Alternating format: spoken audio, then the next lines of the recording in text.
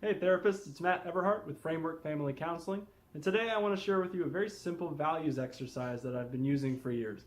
What we're going to provide for you are value cards, English and Spanish, and we're going to talk about how to use them with clients individually, with parents and children in groups, to help people identify what their values are, maybe where they come from, and to help figure out how those link to the way we live our lives now and how we want to.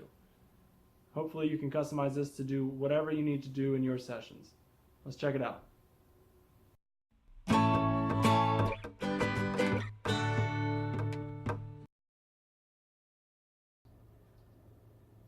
All right, so we're going to do value cards.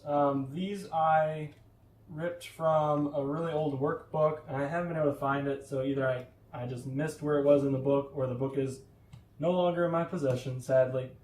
So while I did not create these 50 words and these 50 ideas, or even the activity in general, what we did create is a resource for you.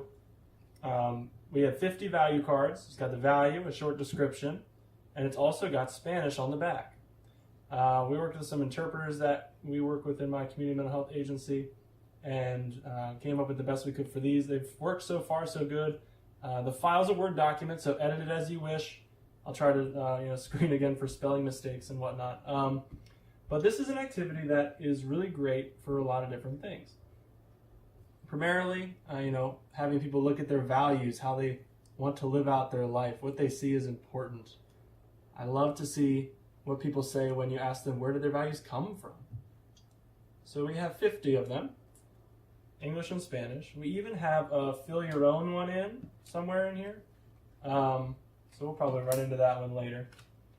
Basically what we're going to be doing is a sorting activity, helping people realize, or maybe not realize, but to just identify and to really think critically about what their values are. So let's show you how it works.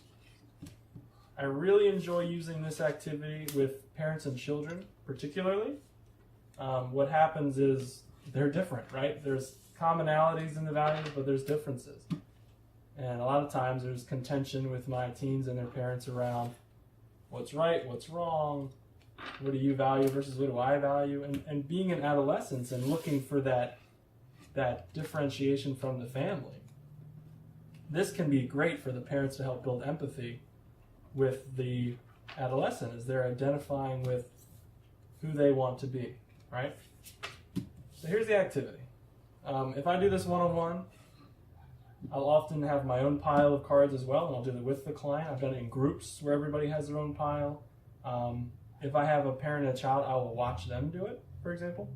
So here's how it works. You're going to create piles. I'm going to say, we're going to look through these values. Some of them you may connect with, some of them you may not. And we're going to make 3 piles. One pile is going to be the ones that you really, they're what you're all about. And I want to be really dependable. It's really important to me. And on the other end, what's not important to you? A risk, it's really not at the top of my radar to make risks and do that. And in the middle, we want to see what is, it's neither certainly yours and definitely not yours. It's kind of in the middle, right? So, living in the environment's great. It's not something that is the highlight of my focus of my life, whatever. But it's something that's valuable. I find that valuable. So in this way, they're going to go through one at a time and be hypercritical with what they want, right? Hopefully they go nice and slow. I've had some go faster than others. Be careful to guard the time so that, say you have multiple participants, you want to make sure that if somebody's going faster, that they're respectful and giving the other people who are taking more time, that space to do that. And what you'll come up with is usually 2 big piles on the outside and a smaller one on the inside. Most of the time, the biggest pile is the values I accept. Most of the values all the values are in a positive light, right? Because they're values, they're things that you hold dear. So it's hard for people initially to look at them and say, oh, that's not me. Because these are things that you're like, oh, well, it would be nice to be all of these things. At least that's what I think. Anyway, so what you'll do is you'll get rid of the middle pile. Depending on what you're doing in the therapy, it's going to be your call to go over the things that are not values to them. That could be valuable, but it could not be valuable. That's going to be up to you. And I like to ask, other than simply, this isn't about me, this isn't my value, are there any reasons why these things are on your bottom list, right? Okay, so eventually you're going to get rid of both of those and you're going to be left with typically a pretty big pile of values that people say are theirs. So what I want to do is whittle it down. So take away 10, take away 5, take away 20. Make a top 10. That's typically where I end up. What is the top 10 values of all these? You said, these are all my values and I hold them dear. Well, which ones do you hold the most dear? And so then I'll probably have them do, put them in order. From, here's your insert your own one. Put them in order from the 10th to the 1st. Oh, can you get a top 3? Out of all of those, can you have this? And at every step of the way, you want to have any valuable discussion that you see fit to kind of suss out what it was like to eliminate things, what it was like to say how it was ranking them. How was it difficult? How was it easy? Some people do this very easily. Some people have a lot of difficulty to try and figure out which is which. Afterwards, once you have your 10, and I'll often take a picture of people's 10, especially if it's parent and children. And then at the end of their therapy, at the end of treatment, we'll do this again. Or sometimes we'll do it a few times.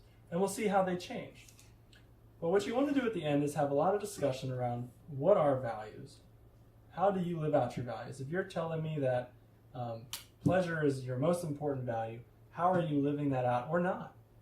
Are you putting yourself second? Are you working too hard? Are you hurting yourself? What is preventing you from living out this value that you hold? And so you can do that with all of them. And so based on how much time you have or how valuable you think it is to exactly what you're doing, you can extend it or shorten it to fit whatever your need is. Likewise, you can make any activity you want. The main thing here is to give you guys this resource. Again, we got Spanish on the back. I haven't had any major problems. There's a couple of things that are kind of like, maybe not ambiguous, but like a little hard to translate. But we did the best we could. If you have any edits, I'd love to hear them. Also, edit them on your own, obviously. So I'm giving you the Word document. And go nuts, go forth, and do good work. I think that's it for this. I hope you enjoy them. It's something I use a lot, probably almost with every client I work with. And, use your creativity and find the value in them. Thanks so much.